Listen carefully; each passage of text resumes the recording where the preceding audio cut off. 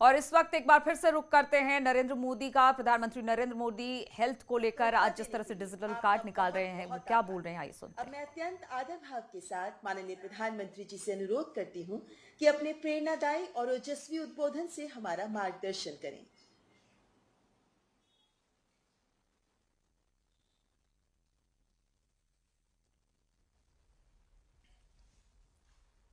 नमस्कार।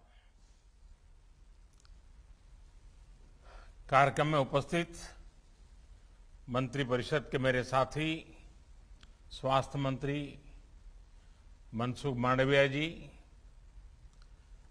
मंत्रिमंडल के मेरे अन्य सभी सहयोगी, वरिष्ठ अधिकारीगण, देश भर से जुड़े सरकारी और प्राइवेट अस्पतालों के चिकित्सक, हेल्थ मैनेजमेंट से जुड़े लोग, कार्यक्रम में उपस्थित अन्य सभी महानुभाव और मेरे प्यारे भाई और बहनों, 21वीं सदी में आगे बढ़ते हुए भारत के लिए आज का दिन बहुत महत्वपूर्ण है। बीते 7 वर्षों में देश की स्वास्थ्य सुविधाओं को मजबूत करने का जो अभियान चल रहा है, वो आज से एक नए चरण में प्रवेश कर रहा है। और ये सामान्य चरण नहीं है, ये असामान्य चरण है। आज एक ऐसे मिशन की शुरुआत हो रही है जिसमें भारत की स्वास्थ्य सुविधाओं में क्रांतिकारी परिवर्तन लाने की बहुत बड़ी ताकत है। साथियों, 3 साल पहले पंडित दीनदयाल उपाध्याय की जन्म जयंती के अवसर पर पंडित जी को समर्पित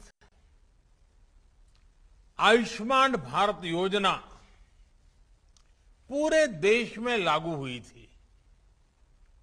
मुझे खुशी है कि आज से आयुष्मान भारत डिजिटल मिशन भी पूरे देश में शुरू किया जा रहा है।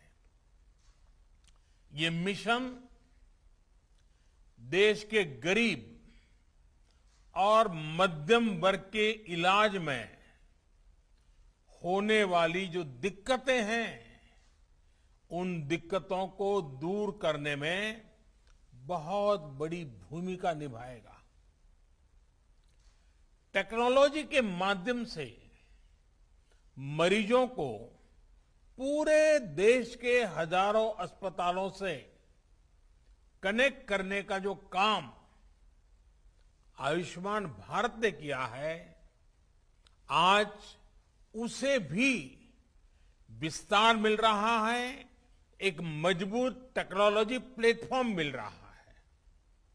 साथियों, आज भारत में जिस तरह टेक्नोलॉजी को गुड गवर्नेंस के लिए, गवर्नेंस सुधारने का एक आधार बनाया जा रहा है, वो अपने आप में जन सामान्य को एम्पावर कर रहा है। ये अभूतपूर्व है। डिजिटल इंडिया अभियान ने भारत के सामान्य मानवी को डिजिटल टेक्नोलॉजी से कनेक्ट करके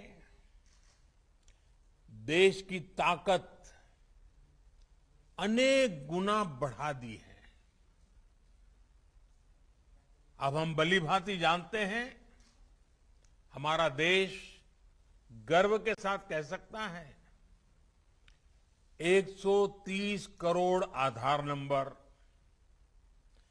118 करोड़ मोबाइल सब्सक्राइबर्स, लगभग 80 करोड़ इंटरनेट यूजर, करीब 43 करोड़ 43 करोड़ जनधन बैंक खाते, इतना बड़ा कनेक्टेड इंफ्रास्ट्रक्चर दुनिया में कहीं नहीं है। ये डिजिटल इंफ्रास्ट्रक्चर राशन से लेकर प्रशासन तक हर एक को तेज और पारदर्शी तरीके से सामान्य भारतीय तक पहुंचा रहा है। यूपीआई के माध्यम से कभी भी कहीं भी डिजिटल लेन देन में आज भारत दुनिया में अपनी पहचान बना रहा है। अभी देश में जो ई रूपी वाउचर शुरू किया गया है, वो भी एक शानदार पहल है। साथियों, भारत के डिजिटल समाधानों ने कोरोना से लड़ाई में भी हर भारतीय को बहुत मदद की है, एक नई ताकत दी है। अब जैसे आरोग्य सेतु ऐप से कोरोना संक्रमण के फैलते हुए रोकने में एक सजगता लाना, जागृति लाना, पूरी परिस्थितियों को पहचानना, अपने आसपास के परिसर को जानना, इसमें आरोग्य सेतु ऐप ने बहुत बड़ी मदद की है। उसी प्रकार से सबको वैक्सीन, मुफ्त वैक्सीन, इस अभियान के तहत भारत आज करीब करीब 90 करोड़ वैक्सीन डोज लगा पाया है और उसका रिकॉर्ड उपलब्ध हुआ है, सर्टिफिकेट उपलब्ध हुआ है। तो इसमें कोविन का बहुत बड़ा रोल है। रजिस्ट्रेशन से लेकर सर्टिफिकेशन तक का इतना बड़ा डिजिटल प्लेटफॉर्म दुनिया के बड़े बड़े देशों के पास नहीं है। साथियों, कोरोना काल में टेली मेडिसिन का भी अभूतपूर्व विस्तार हुआ है।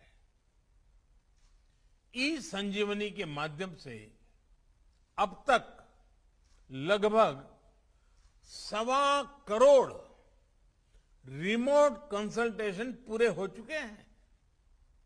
ये सुविधा हर रोज देश के दूर सुदूर में रहने वाले हजारों देशवासियों को घर बैठे ही शहरों के बड़े अस्पतालों के बड़े बड़े डॉक्टरों से कनेक्ट कर रही है। जाने माने डॉक्टरों की सेवा आसान हो सकी है। मैं आज इस अवसर पर देश के सभी डॉक्टरों, नर्सेस और मेडिकल स्टाफ का हृदय से बहुत आभार व्यक्त करना चाहता हूं। चाहे वैक्सीनेशन हो, कोरोना के मरीजों का इलाज हो, उनके प्रयास कोरोना से मुकाबले में देश को बड़ी राहत दे पाए हैं, बहुत बड़ी मदद कर पाए हैं। साथियों, आयुष्मान भारत पीएम जय ने गरीब के जीवन की बहुत बड़ी चिंता दूर की है। अभी तक 2 करोड़ से अधिक देशवासियों ने इस योजना के तहत मुफ्त इलाज की सुविधा का लाभ उठाया है और इसमें भी आधी लाभार्थी हमारी माताएं हैं, हमारी बहनें हैं, हमारी बेटियां हैं। ये अपने आप में सुकून देने वाली बात है, मन को संतोष देने वाली बात है। हम सब जानते हैं हमारे परिवारों की स्थिति।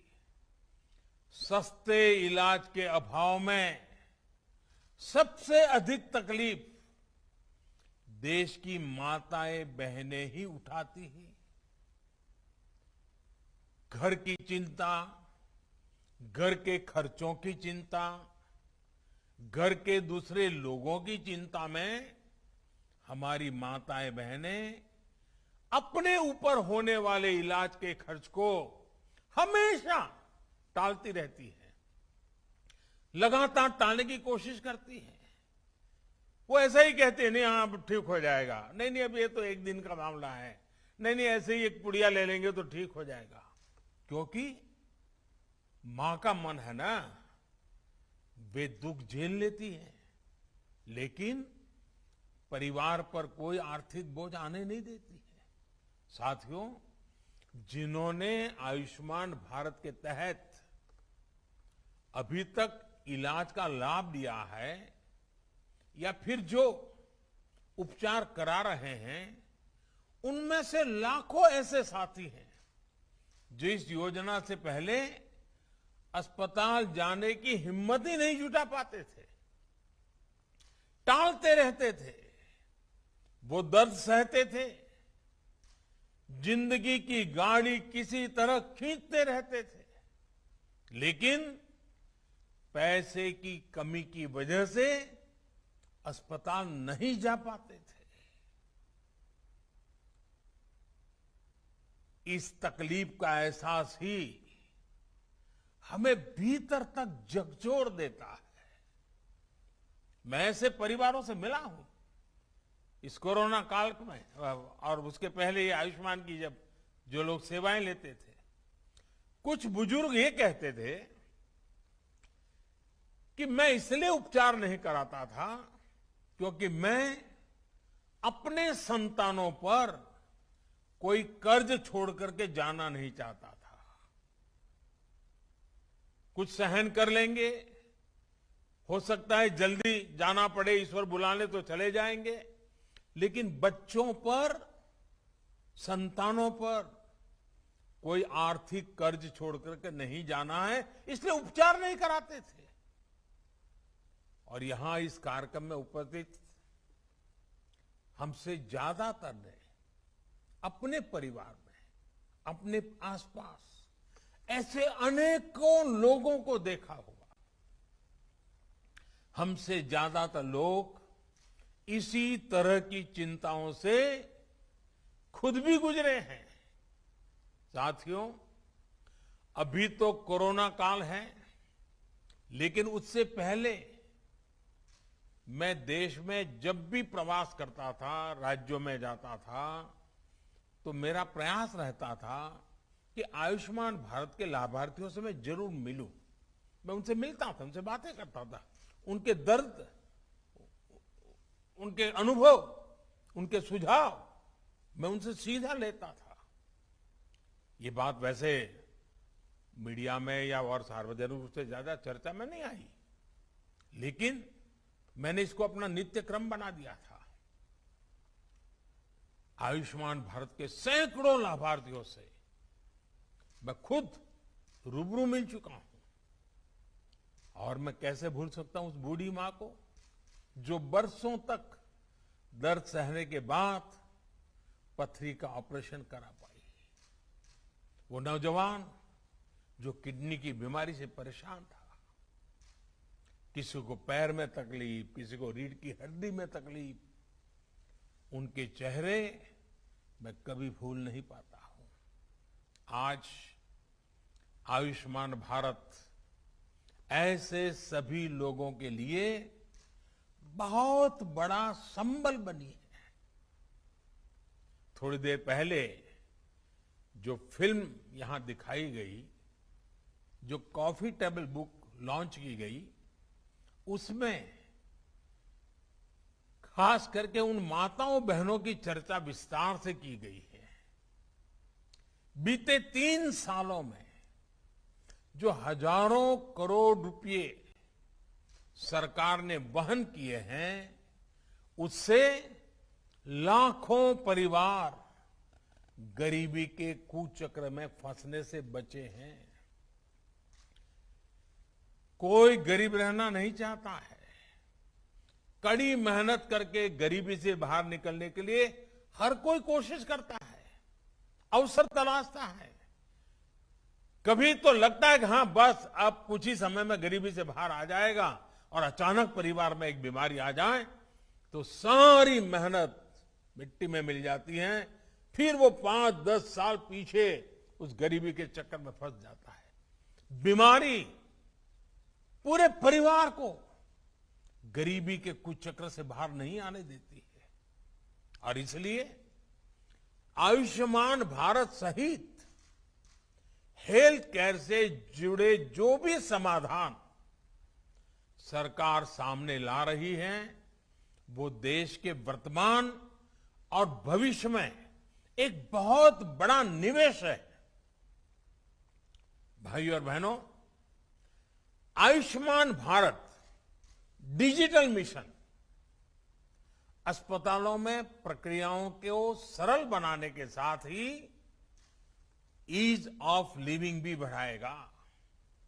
वर्तमान में अस्पतालों में टेक्नोलॉजी का जो इस्तेमाल होता है वो फिलहाल सिर्फ एक ही अस्पताल तक या एक ही ग्रुप तक सीमित रहता है। नए अस्पताल या नए शहर में जब मरीज जाता है तो उसको फिर से उसी प्रक्रिया से गुजरना पड़ता है। डिजिटल हेल्थ रिकॉर्ड्स के अभाव में उसको सालों साल से चली आ रही फाइलें लेकर चलना पड़ता है। इमरजेंसी की स्थिति में तो ये भी संभव नहीं होता है। इससे मरीज और डॉक्टर दोनों का बहुत सा समय भी बर्बाद होता है, परेशानी भी ज्यादा होती है और इलाज का खर्च भी बहुत अधिक बढ़ जाता है। हम अक्सर देखते हैं कि बहुत से लोगों के पास अस्पताल जाते समय उनका मेडिकल रिकॉर्ड ही नहीं होता। ऐसे में जो डॉक्टरी जो परामर्श होता है, जांच होती है, वो उसको बिल्कुल जीरो से शुरू करनी पड़ती है, नए सिरे से शुरू करनी पड़ती है। मेडिकल हिस्ट्री का रिकॉर्ड न होने से समय भी ज्यादा लगता है, खर्च भी बढ़ता है और कभी कभी तो उपचार कॉन्ट्राडिक्टरी भी हो जाता है। और हमारे गांव देहात में रहने वाले भाई बहन तो इस वजह से बहुत परेशानी उठाते हैं। इतना ही नहीं, डॉक्टरों की कभी अखबार में एडवर्टाइजमेंट तो होती नहीं है, कानों कान बात पहुंचती है, फला। और रुकेंगे यहाँ पर छोटे से ब्रेक के लिए।